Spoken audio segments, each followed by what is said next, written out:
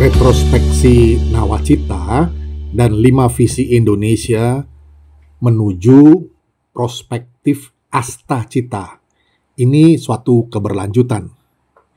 Keberlanjutan adalah tema besar yang diusung Prabowo Gibran dalam kampanye Pilpres yang baru lalu dan telah membawa kemenangan. Ini fakta. Tema inilah yang dipilih mayoritas rakyat untuk jadi panduan dalam memimpin Indonesia 5 tahun ke depan. Untuk itu, kita perlu sejenak menengok ke belakang, in retrospect, meluangkan waktu merefleksikan Nawacita, program periode pertama Presiden Joko Widodo, bersama wakilnya waktu itu, Bapak Yusuf Kala, yang dilanjutkan dengan 5 visi Indonesia pada periode kedua Pak Jokowi, yaitu bersama Bapak Ma'ruf Amin. Untuk kemudian bakal dilanjutkan dengan Astacita oleh Prabowo Gibran. Jangan dilupakan bahwa di tahun 2019 dunia diterpa pandemi global COVID-19 yang mengakibatkan ekonomi dunia mengalami stagnasi. Tapi faktanya, Indonesia akhirnya bisa keluar dari krisis itu dengan selamat. Walaupun residu pandemi global itu masih perlu mitigasi. Jokowi JK waktu itu merancang 9 agenda prioritas yang disebut Nawacita. Program ini digagas pada periode 2014-2019 untuk menunjukkan prioritas jalan perubahan menuju Indonesia yang berdaulat secara politik, serta mandiri dalam bidang ekonomi, dan berkepribadian dalam kebudayaan. Isinya sebagai berikut. Pertama, menghadirkan kembali negara untuk melindungi segenap bangsa dan memberikan rasa aman pada seluruh warga negara melalui politik luar negeri bebas aktif, keamanan nasional yang terpercaya, dan pembangunan pertahanan negara trimatra terpadu yang dilandasi kepentingan nasional dan memperkuat jati diri sebagai negara maritim. 2. Pemerintah tidak absen dengan membangun tata kelola pemerintahan yang bersih, efektif, demokratis, dan terpercaya dengan memberikan prioritas pada upaya memulihkan kepercayaan publik pada institusi-institusi demokrasi dengan melanjutkan konsolidasi demokrasi melalui reformasi sistem kepartaian, pemilu, dan lembaga perwakilan. Ketiga, membangun Indonesia dari pinggiran dengan memperkuat daerah-daerah dan desa dalam kerangka negara kesatuan. 4. Menolak negara lemah dengan melakukan reformasi sistem dan penegakan hukum yang bebas korupsi, bermartabat, dan terpercaya. 5. Meningkatkan kualitas hidup manusia Indonesia melalui peningkatan kualitas pendidikan dan pelatihan dengan program Indonesia Pintar, peningkatan kesejahteraan masyarakat dengan program Indonesia Kerja, dan Indonesia Sejahtera dengan mendorong land reform dan program kepemilikan tanah. 6. Meningkatkan produktivitas rakyat dan daya saing di pasar internasional, sehingga bangsa Indonesia bisa maju dan bangkit bersama bangsa-bangsa Asia lainnya. 7. Mewujudkan kemandirian ekonomi dengan menggerakkan sektor-sektor strategis ekonomi domestik. 8. Melakukan revolusi karakter bangsa melalui kebijakan penataan kembali kurikulum pendidikan nasional dengan mengedepankan aspek pendidikan kewarganegaraan yang menempatkan secara proporsional aspek pendidikan seperti pengajaran sejarah pembentukan bangsa, nilai-nilai patriotisme dan cinta tanah air, semangat bela negara, dan budi pekerti di dalam kurikulum pendidikan Indonesia. 9.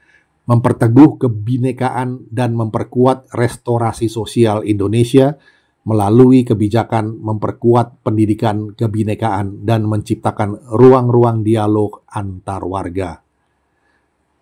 Pada periode kedua kepemimpinannya, Presiden Joko Widodo mencanangkan 5 visi Indonesia tanpa menafikan 9 program dalam nawacita. Di tengah dinamika global di mana fenomena perubahan yang cepat, berisiko, kompleks, dan penuh kejutan, kita kerap harus melakukan rekalkulasi kebijakan. Adaptif dan adoptif jadi penting diperhatikan. Jokowi mengungkapkan, cara-cara lama harus ditinggalkan, baik dalam mengelola organisasi, lembaga, maupun pemerintahan. Diperlukan inovasi dan kreativitas, sikap tidak mudah patah arang. Ada 5 tahapan besar yang akan ditempuh dalam periode kedua masa kepemimpinannya. Pertama, pembangunan infrastruktur akan terus dilanjutkan.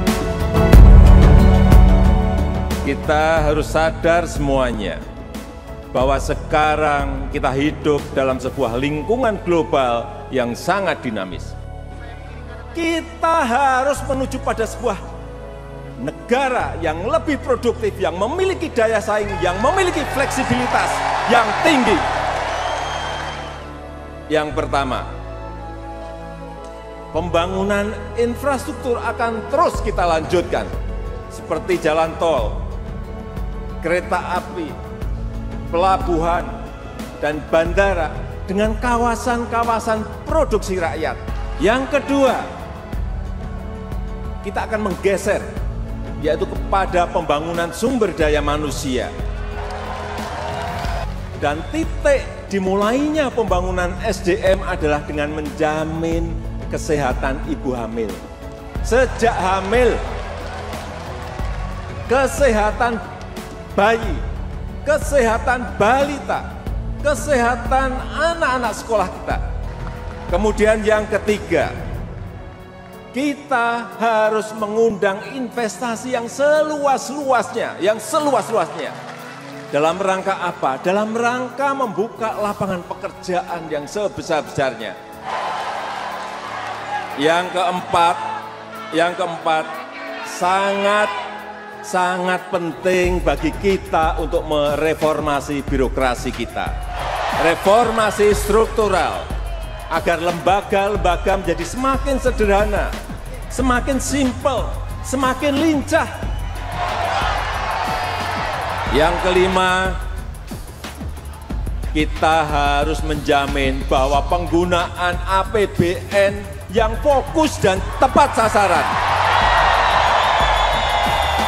Infrastruktur berskala besar sudah dibangun. Ini dilanjutkan dengan lebih cepat serta juga akan menyambungkan infrastruktur besar. Adapun infrastruktur besar itu seperti jalan tol, kereta api, pelabuhan, dan bandara dengan kawasan-kawasan produksi rakyat. Infrastruktur tersebut nantinya akan disambungkan dengan kawasan-kawasan yang memiliki industri kecil, dan juga akan disambungkan dengan kawasan ekonomi khusus dan kawasan-kawasan pariwisata. Tak lupa kawasan-kawasan persawahan, perkebunan, dan tambak-tambak perikanan akan dihubungkan dengan infrastruktur tersebut.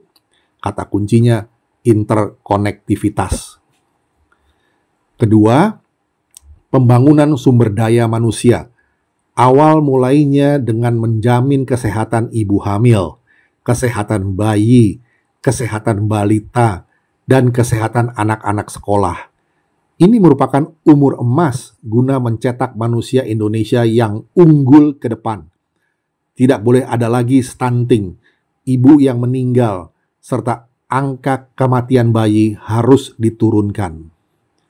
Kualitas pendidikan terus ditingkatkan, bisa dipastikan pentingnya vocational training, pentingnya vocational school, membangun lembaga-lembaga manajemen talenta Indonesia. Melalui lembaga tersebut, nantinya pemerintah akan mengidentifikasi, memfasilitasi, serta memberikan dukungan pendidikan dan pengembangan diri bagi talenta-talenta Indonesia. Kemudian, diaspora yang memiliki talenta tinggi diberikan dukungan agar dapat berkontribusi besar bagi percepatan pembangunan Indonesia. Pemerintah menyiapkan lembaga-lembaga khusus yang akan mengurus manajemen talenta ini. Ketiga, investasi harus diundang seluas-luasnya. Tujuannya untuk mengundang investasi seluas-luasnya dalam rangka membuka lapangan pekerjaan yang seluasnya juga. Jangan ada lagi yang alergi terhadap investasi. Karena dengan cara inilah lapangan pekerjaan dapat terbuka lebar.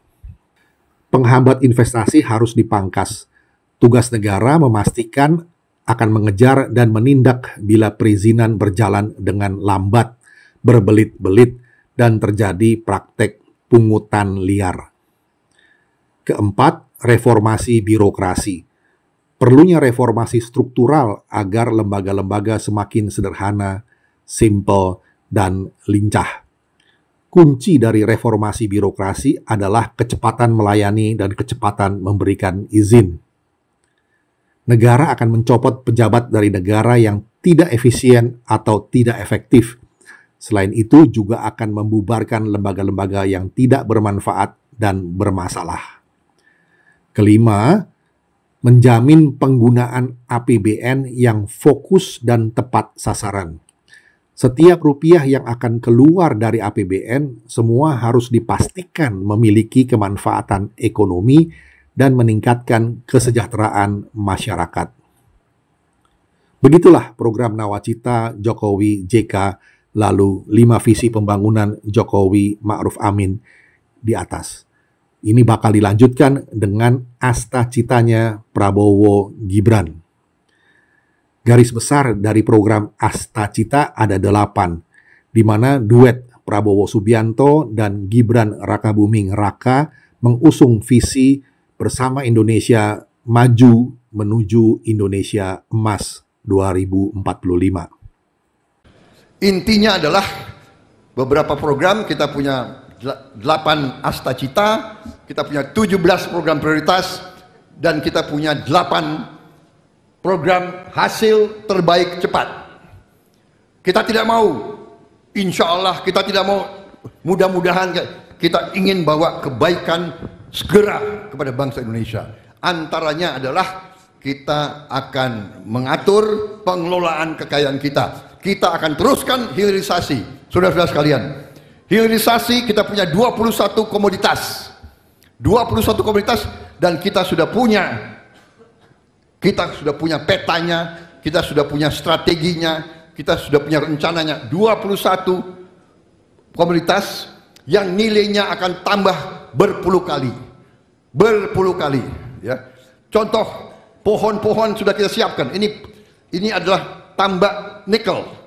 Tahun 2017 penghasilan kita hanya 3 miliar dari nikel. Kita larang ekspor, Pak Jokowi larang ekspor tahun 2020. 2022 hasil kita 33 miliar, naik 1000%, naik 1000% dalam 2 tahun. Saudara-saudara sekalian, terjadi perang Ukraina, terjadi COVID, terjadi langka pangan, terjadi langka pupuk, Indonesia masih lumayan stabil. Kenapa? Karena kita punya satu kebijakan merubah nasib suatu bangsa. Kita sekarang, ya coba, nikel akan kita naikkan jadi 67 kali. 67 kali. Nanti kita akan bikin mobil-mobil buatan Indonesia dari listrik, saudara-saudara. Kita tidak mau hanya jadi pasarnya orang lain. Maaf, yang mulia Duta Besar Jepang, maaf, saya hormat sama Jepang, tapi kita tidak mau jadi pasar Anda. Kita mau jadi mitra Anda. Kita mau jadi sahabat Anda. Astacita berisikan tentang pengokohan ideologi hingga demokrasi, pemantapan sistem pertahanan negara, dan mendorong kemandirian bangsa lewat swasembada pangan hingga ekonomi kreatif, memperkuat pembangunan SDM, melanjutkan hilirisasi dan industrialisasi, meningkatkan lapangan kerja, hingga soal reformasi politik, hukum, dan birokrasi. Kedelapan misi yang disebut Astacita dan diklaim sebagai keberlanjutan dari apa yang sudah dikerjakan dengan baik oleh Presiden Joko Widodo adalah sebagai berikut. 1. Memperkokoh ideologi Pancasila, demokrasi, dan hak asasi manusia atau HAM. 2. Memantapkan sistem pertahanan keamanan negara dan mendorong kemandirian bangsa melalui swasembada pangan, energi, air, ekonomi kreatif, ekonomi hijau, dan ekonomi biru. Ketiga, meningkatkan lapangan kerja yang berkualitas, mendorong kewirausahaan, mengembangkan industri kreatif, dan melanjutkan pengembangan infrastruktur. Keempat, memperkuat pembangunan sumber daya manusia atau SDM, sains, teknologi, pendidikan, kesehatan, prestasi olahraga, kesetaraan gender, serta penguatan peran perempuan, pemuda, dan penyandang disabilitas. Kelima, melanjutkan hilirisasi dan industrialisasi untuk meningkatkan nilai tambah di dalam negeri.